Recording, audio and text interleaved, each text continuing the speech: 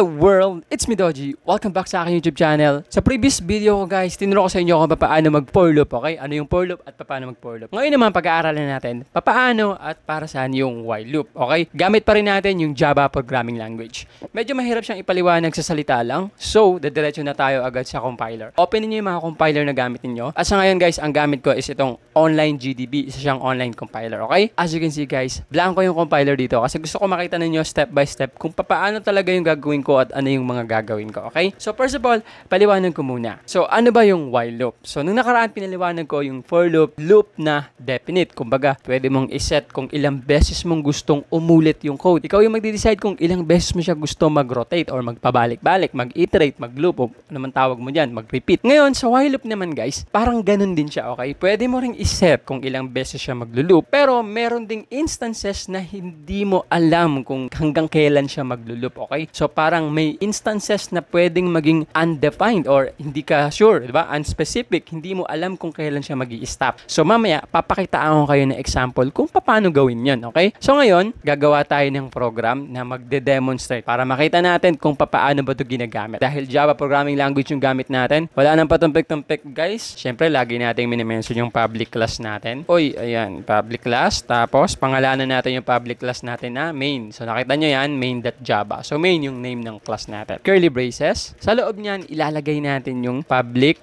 Alam nyo na yan, di ba? Public static void. Lagi-lagi natin yung tinatype. Public static void main. Okay, and then, lalagyan natin yan ng string, box brackets. Lalabas tayo. Args. And then, lalagay natin yung curly braces. Ayan. Okay. Sa loob ng curly braces, dyan natin itatype yung ating mga code. So, dito natin ilalagay yung ating mga code. So, magkakaroon ako ng dalawang program kung saan pwede kong i-demonstrate sa inyo. Bakit dalawa? So, unahin natin yung number. Pagkatapos nun, gagawa naman tayo ng strings naman kung saan mag-a-add ako ng user input para makita naman natin yung undefined or parang unspecific type ng isang while loop. Okay? Merong iba't ibang klase ng while loop. Infinite loop. Meron naman yung finite. So, parang kagaya sa for loop, di ba? Kumbaga, pwede mong i-set up kung ilang beses mo lang siya gusto umulit. May ganun. Meron naman parang indefinite. Kumbaga, hindi mo alam kung kailan. So, paano yon? Ganito, guys. So, una natin gagawin is para sa mga numbers. So, dahil number to, guys, ang ating variable na gagamitin is integer variable. Tawagin na lang natin yung pangalan or yung variable na count. Okay? Tapos, lagyan natin siya ng value equals 0 muna. Okay? 0 muna yung value niya. And then, end up the statement. After that, gagawin na natin yung while loop. So, kagaya ng for loop, guys, sa while loop, i-mention mo rin yung salitang while. Pag minention mo yan, automatic alam na ni compiler, uy,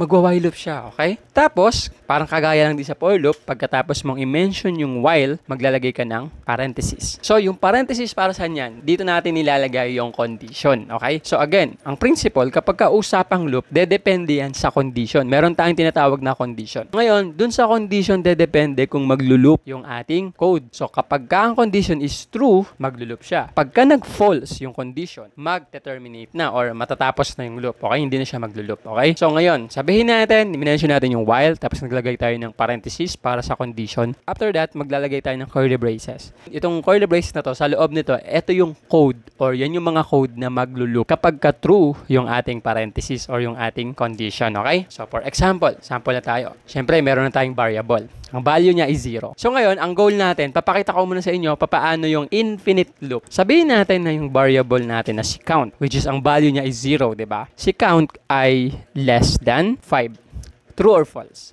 Siyempre, true. Kasi yung count, ang value niya is 0. Less than ba siya sa 5? Yes, true. So dahil true, mag-execute ngayon yung code dito sa loob ng curly braces. Sabihin natin, ang code na ilalagay ko dito is print infinity and beyond. Yan. Ngayon guys, pag nirun ko to, dahil true yung ating condition, ito, maglo-loop yan na maglo-loop. Ibig sabihin, paulit-ulit yan, non-stop. Okay, unlimited. I-run natin. Check natin. Yan, di ba? Nakita ninyo? Yan, naglo-loop na siya. Wala siyang katapusan. Loop siya ng loop. Pwede rin na per line. So, lagyan lang natin ng line dito. Print line. Run natin. So, you can see, ayan, di ba? Naglo-loop na naman siya. So, yan yung tinatawag na infinite loop, guys. Nagkakaroon tayo ng walang katapusang loop na nangyayari. So, paano naman kung gusto natin maglagay ng specific set kung ilang beses siya kailangan mag-loop? Okay? So, ang tawag doon, guys, is updation. So, pinag-aralan na natin ito sa for loop. Ngayon, merong dalawang klase ng updation. Yung pataas or yung increment, which is plus plus. Pwede rin naman na decrement or yung pabawas, pababa, yung minus minus. Okay? So, paano yon? For example, ganito. Sabihin natin, dito ko nilagay yung ating update. count. Una, lalagay mo muna yung variable mo, tapos lalagyan mo ng increment. Sabihin natin, pataas yung pipiliin ko. So, ganito ngayon yung mangyayari niyan, guys. So, balik tayo sa while. So, minention na natin yung while, and then proceed na tayo sa condition. Si count variable ba na may value na 0, siya ba ay less than 5? True. So, ang mangyayari, dahil true yan, pupunta ngayon tayo sa next line. Ang mangyayari, mag-a-update. Okay? Magkakaroon ng incrementation. Dahil ang nakalagay dito, count plus, ibig sabihin, mag-a-add ng 1. Okay? Magdadagdag siya ng value. Ngayon, after niya magdagdag ng value, ipiprint ngayon natin yung infinity and beyond. Okay? Then, loop ulit. Bakit? Kasi true yung condition eh. Pagdating ngayon sa loop, nag-loop siya ulit, hindi na 0 yung ating value dyan. Dahil nagdagdag na tayo ng isa dito sa ating unang loop. So, yung previous value niya na 0, mag-a-add na ng plus 1. Ang value niya na ngayon is 1 na. So, pagdating ulit dito sa condition, is variable count or yung variable count na may value na 1, siya ba ay less than 5? True pa din. 1 is less than 5, diba? So, dahil true pa din yan, mag-i-increment na naman tayo. Yung 1, madadagdagan na naman ng isa pang value. Magiging 2 na. Tapos, magpiprint yung ating infinity and beyond. Okay? Then, balik na naman tayo ulit sa while. Tapos, condition. Ngayon, hindi na 1 yung value kasi nag-update na dito. Ang value niya na ngayon is 2. Si 2 ba is less than 5? True pa din. Okay? So, mag-iikot-ikot yan hanggang makarating tayo sa 5. Kapag ka nag-false na yung condition natin, dun siya mag-i-stop. So, kung iraran natin to guys, dapat 5 beses, kasi 5 balik-balik yan. Dapat 5 beses mapiprint yung infinity and beyond. So, iran natin. Ayan, di ba? 1, 2, 3, 4, 5. Bakit? Kasi 5 beses nagtanong yung condition. 5 beses tayo makakakuha ng true na condition dyan. Hanggang sa makarating siya dun sa 5, di ba? 5 or 6. Hindi ako nang bilangin pa, di ba? Para mabawasan yung trabaho natin. Kung saan magpo-false na yung condition. Therefore, mag-i-stop na siya. Okay? Ngayon, lagyan naman natin ng incrementation na value. Okay, dagdagan natin. Sabihin natin, infinity and beyond. Tapos space, mag-concatenate tayo. So, yung concatenation, tinuro ko na rin yan sa inyo, diba? Mention natin yung variable. Ibig sabihin yan, guys, every time na magkakaroon ng update is mapiprint din yung value niya dito. Okay? So, dito dinagdagan ko lang ng value, ha? Wala pa tayong masyadong binabago. In this case, guys, kung titignan natin, ang unang mapiprint dito is number 1. So, bakit number 1? Kasi naunang mag-update bago mag-print. So, papaliwanag ko. Punta tayo sa while. Nag-run tayo sa while, okay? Tapos, punta tayo sa condition. Ngayon, yung condition natin, si variable count ba, which is siyempre, ang value niya muna is 0. Si variable count ba na may value na 0 is less than 5? Less than 5 ba yung 0? Oo. So, ang mangyayari, true. Ibig sabihin, magra-run ngayon yung code na nandito sa loob ng curly braces. So, dahil ang nauna is yung updation, mag-update siya, ibig sabihin, 0 plus 1 is 1. Bago niya ipiprint, okay? Tapos, mag-lulup na naman tayo. O, ang value niya na dito is hindi na 0, 1 na. Si 1 ba is less than 5? True pa din. Mag-update ulit. 1 plus 1 is 2. Kung titignan ninyo, guys, ang mauunang mag-print dito is value na 1. Okay? Kasi nag-update muna siya, nag-add muna siya ng isa bago siya nag-print. So, iran natin. Dapat, ang lalabas dito, infinity and beyond, 1. Tapos yung sunod, 2, 3. Okay? So, run natin. There you go. So, nakita ninyo guys. Naunang lumabas yung 1, bago yung 2 and 3. Ngayon, kung ilalagay ko yung updation natin sa may likuran, so sa hulihan, yan, diyan ko nilagay sa baba. Baliktad naman yung mangyayari. Hindi na 1 yung mauuna. Ang mauunang mag-print dyan is 0. Mawawala yung 5. But still, it counts as 5 times. Kasi may bilang yung 0 sa programming. Okay? So, mangyayari niyan ganito kasi while, tapos condition. Si count ba na may value na 0, siya ba ay less than 5? Less than 5 ba si 0? True. Okay. And then, magpiprint na agad yung ating count. Magpiprint agad. Ibig sabihin, mapiprint yung 0 bago pa siya mag-update or mag-plus ng 1. Okay. So, ang nangyari, mauuna yung 0. Iran natin. Tignan natin kung totoo yung sinasabi ko. At naku po, naglag pa ata. Ayan. So, kung makikita ninyo guys, na unang nag-print yung ating 0 ngayon. So, depende yung outcome mo kung saan mo ito ipoposisyon, okay?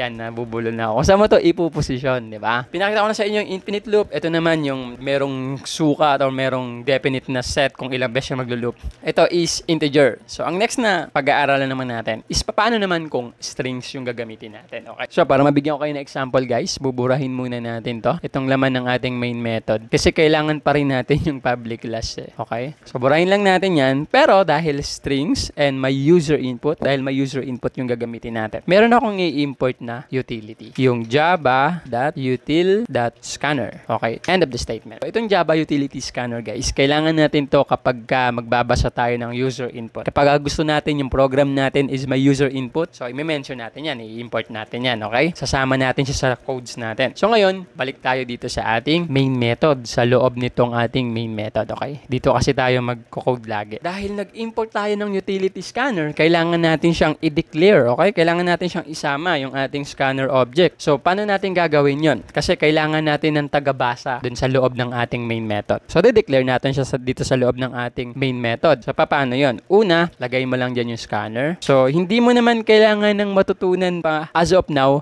syntax by syntax, kasi medyo malilito tayo kasi medyo komplikado to guys. Pero kung aaralin mo talaga yung Java, on the process, matututunan mo siya, okay? Along the way, okay? So tandaan mo lang muna ngayon tong line of codes na to. Kapag gagamit ka ng user input, eto yung ilalagay mo kung gusto mong i-declare yung scanner mo, okay? So ilagay natin dito scanner equals, yung una is big letter, sumunod is small letter na. Tapos lalagay ka ng new scanner. So yung big letter, tapos parenthesis, then system.in. Yan, tandaan mo yung line of codes na yan guys, okay? Kung gagamit ka ng user input, tandaan mo yan. Yan lagi yung i-add natin. After nating ma-end up the statement, mas semicolon yan, baba na tayo. Ngayon, de-declare naman natin yung variable na gagamitin natin sa program natin. So dito, sabi ko sa inyo, tapos na tayo sa integer, string naman tayo, okay? So sabihin natin, ang papangalan ko sa ating variable is sagot. And then, hindi ko siya lalagyan ng value kagaya niyan, okay? Sabihin natin logic. Kasi string DJI, diba? Hindi ko lalagyan ng ganyan. Ibig sabihin niya, may value na siya agad. So ang ilalagay ko lang is yung pangalan ng variable, tapos end of the statement. Ganyan lang siya, okay? Parang nag-declare lang ako, hindi ako mag-i-initialize or hindi ako mag-a-assign ng value. So declare lang muna natin yung mga variables natin kasi yun yung gagamitin natin. Bakit hindi ko nilagyan ng value? Kasi nga, gusto ko parang undefined, indefinite, okay? Hindi natin alam kung kailan matatapos yung loop, diba? So meron na kayong idea. So after that guys, na na-declare na natin yung mga variable, anong gusto nating unang gawin ni program? Pag-run natin, nandiyan na yung variables, pag ni-run mo, anong gusto mo unang mangyari? User input agad? Siyempre hindi. Kailangan muna natin mag-display. Maglalagay muna tayo ng isang display. So sabihin natin, nag-print tayo yan ng, ito yung magiging instruction ni user. Type mo, stop, small letter lang lahat. Stop to exit loop, okay? Then space yan. Type mo, stop to exit loop. So yan yung unang lalabas. Kailangan maglagay tayo ng instruction kay user. O i-type mo daw yung stop para mag-exit yung loop. After nyan, doon na natin i-mention yung while. Bakit while agad? Bakit hindi muna natin hintayin yung user input na mag-type, di ba? Bago natin i-while. Kaya mauna yung while kasi gusto natin na yung i-input niya na data is gagalaw dun sa loob ng ating while. Okay? Na while scope. Ngayon sinabi ko guys na ilalagay natin yung user input sa loob ng while loop kasi doon natin siya ipaprocess. Okay? So ngayon, sabihin natin na for example, eto na yung ating loop. Ang nilagay natin condition is true. So bakit true yung nilagay kong condition? Ibig sabihin yan, ang mangyayari na lang is lagi na lang maglo-loop kasi definite na agad, true na agad yung nilagay nating condition, di ba? Wala nang sasagutan kagaya nung kanina na may mga is greater 5 or whatsoever, di ba? Hindi na. Dito, while true na agad, ibig sabihin yung condition natin, loop na lang ng loop kasi laging true. So ang mangyayari niyan, maglo-loop ngayon na maglo-loop yan, okay? Subukan natin, try natin. So sabihin natin, ayan, message. Pag ni-run ko yan guys, ito mag-run lang to na isang beses, itong type mo stop to exit loop, pero hindi mo na mapapansin kasi magiging infinite na to, itong message, kasi maglo-loop na siya. Bakit? Kasi yung condition natin, ang nilagay ko is true, okay? Kung false naman nalagay mo dyan, sabi natin false. O, anong sense niyan, di ba? Ba't mo pa nilagyan ng while? False naman pala. Di ba? Ibig sabihin, mag-end lang naman pala pagdating dyan. Dapat, in-stop mo na. Di ba? Kaya ang gagamitin natin lagi is true. So, dahil true, maglo-loop ngayon siya na maglo-loop. Di ba? Parang infinite. So, patunayan natin.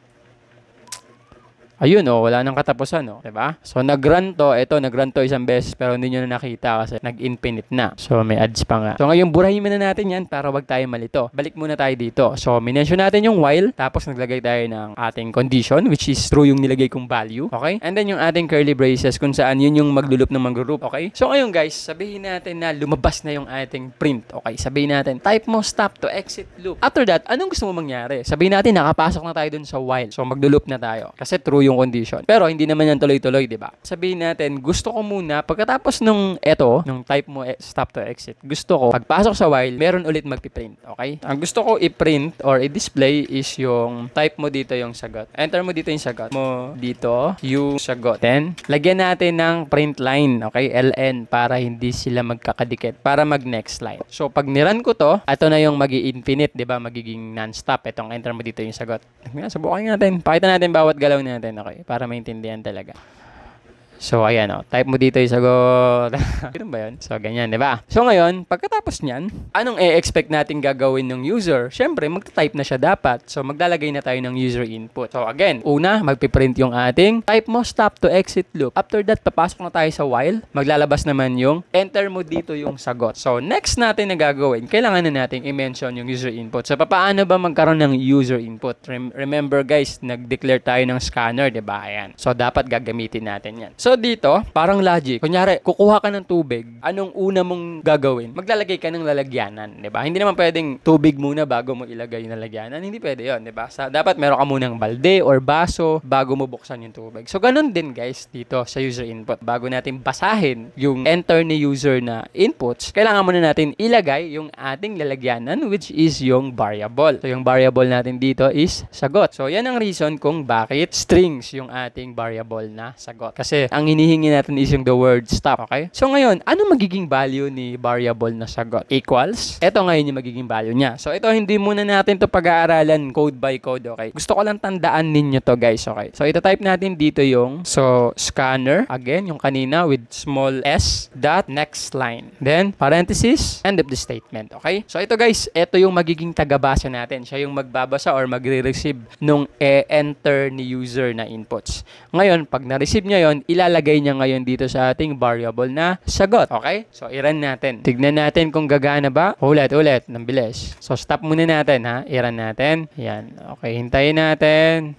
Ayan, di ba? Type mo stop to exit loop. Tapos, eto na. Enter mo dito yung sagot. So, type ko na dyan, stop. Pero, hindi pa yan mag-i-stop. Okay? Maglo-loop lang yan na maglo-loop. Kasi wala pa naman tayo instructions. Di ba? Kumbaga, display pa lang. Okay? Prompt pa lang yan. Di ba? O, yan pa lang yung instructions kung anong gagawin. Hindi pa natin kinocode na mag-stop ka na. Kahit anong gawin mo, maglo-loop lang na maglo-loop ulit yan. So, ngayon, paano natin puputulin ngayon yung loop? Di ba? Eh, laging true yung condition. Stop muna natin yan. Baba muna natin to. So, ang gagawin ngayon natin, dito tayo ngayon magde-declare ng if block.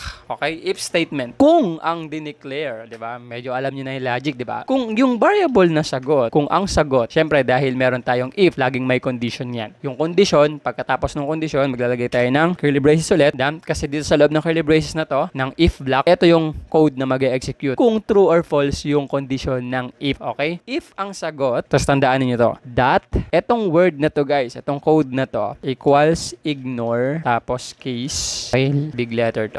Ignore case. Tapos sa loob niyan, maglalagay tayo ng parenthesis. So, tandaan nyo to, guys, ha? Ibababa ko na lang. So, itong specific code na to, guys, ayan, equals ignore case. So, ito yung ginagamit natin to compare yung value ng variable na sagot dito sa kung ano man yung ilalagay natin na word sa loob ng parenthesis niya. For example, ang ilalagay ko dito, since ang hinihingi natin na word is etong stop para mag-exit. So, ang ilalagay natin dito sa parenthesis ng ignore case or yung equals ignore case is stop. Lagay ko muna ng string. Okay? And then, stop. Okay? Kapag ka ang value nung sagot is equal dun sa stop, parang gano'n na lang para mas madali. Tandaan nyo lang yung syntax. Okay? Kapag ka equal sa stop, ito yung mangyayari. If i-print natin yung print, tama. Stop na. Yan. Yan yung mangyayari. Kung ang sagot na nilagay mo is equal dun sa stop. Okay? Kung ang in-enter ni user na nilagay dun sa variable na sagot is equal to stop, magpiprint ngayon tong stop na. Okay? Pero hindi pa rin yan matatapos kasi true pa rin yung condition. So, paano nga natin i-end yan? Pero bago natin i-end, i-run muna natin. Tignan natin kung hindi ba ako nagsisinungaling dito.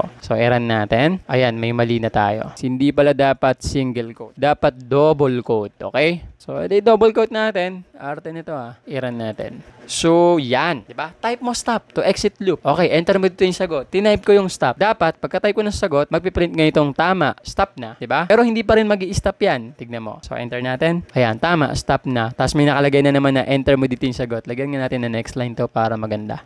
Print line. LN. So, run natin ulit para maliwanag. So, enter natin ulit. Stop. Ayan. Then, boom. Oh, tama. Stop na. Pero, bakit lumabas ulit yung enter mo dito yung sagot? Nag-loop siya ulit kasi wala pa talaga tayong nilalagay na pang stop. Okay? Puro display pa lang yan. So, pinakita ko lang sa inyo na naglagay tayo ng condition dito. Okay? Na condition na if statement. Pagka ang naging value ng variable na sagot is equal dun sa stop, ito yung mag-execute. Magpiprint yung tama. Tama, stop na. And yung ating pamigil. Okay? Yung preno natin. Paano natin i-stop yung loop? Kasi lagi naka-true eh. Hindi matatapos yan. So, dito natin yung tatapusin sa loob ng if block. Okay? Okay? Kung ma-activate, kung mag-true yung condition ni if, then magra-run yung kanyang code. Ilalagay ngayon natin dyan yung break. Okay? Yan yung break natin. Dyan yun mag-e-end. Dapat mag-e-end yan kapag ka nag-activate yung if block natin. Okay? So, paano mag-activate yung if block? Kapag kayong in-input nyan sa sagot na variable is equal dun sa word na stop. Kasi pag hindi yan mag-i-stop, hindi yan magbe-break. Kasi kapag ka hindi nag-true yung condition ni if, mababypass yan. Magluloop lang yan na magluloop. Okay? So, dun ngayon nagiging undefined or parang indefinite, unspecific kung ilang beses siya magluloop. Hindi mo na alam kung kailan siya mag-i-stop. So, i-run natin ulit. So, ayan. Enter mo dito yung sagot. Nilagay ko,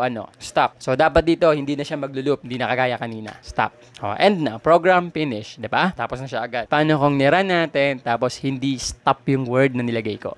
Enter mo yung sagot. So, walaan na lang natin. And then, enter. Diba? Enter mo dito yung sagot. Ayaw, hindi titigil yan. Manghihingi na manghingi. Kasi, hindi naman equal yung nagiging value ni variable na sagot dun sa stop na hinihingi natin. Okay? Okay guys, so may nakuha kayo. That's how while works. Ngayon, dagdagan natin ng content. Kunyari, hindi nag-activate yung if. So, dito kasi, diba, rumekta na lang dun sa enter mo dito yung sagot. Sabihin natin, hindi nag-activate yung if. So, maglalagay tayo ng text. Hindi na tayo maglalagay ng else ha. Kasi ano yan, if else? Hindi. Kasi meron tayong break. So, hindi na tayo maglalagay dyan ng else. Loop naman yan, guys. So, ilagay na lang natin dito sa baba. Ibig sabihin, kung hindi man nag-activate yung if, so, magra-run yung kasunod. Diba? Hindi na kailangan i-else natin yan. So, sabihin natin, kunyari, hindi naman nag-activate yung if kasi hindi naman equal dun sa stop yung sagot mo. So, magpiprint tayo ng mali. Mali ka na naman. Lagi ka na lang mali. Diba? So, dapat magra-run yan. Okay, print line natin para mag-next line. So, subukan nga natin. Okay? So, i-run natin. So, ngayon, hindi natin itatama yung sagot para mag-activate yung mali. So, maling sagot. Ayan, mali. Mali ka na naman. Lagi ka na lang mali bago pa papasok yung enter mo dito yung sagot, 'di ba? So, hangga't mali, nilalagay mo diyan, guys. Hindi ka makakakuha ng exit or hindi magbe-break yung ating loop. Pero kapag ka nilagay mo na yung stop na word, enter mo na siya. Yun na. Tama. Stop na, 'di ba? That's how it works. Again, this is Doji Creates. Yun lang. See you on my next vlog. So, pag-aaralan natin. Ano ba pagkatapos ng yung do while siguro, bigyan na daan din natin yung do while. And kung meron kayong mga gustong tutorials, guys, comment nyo lang sa baba. Okay? Thanks so much for watching. See you on my next vlog.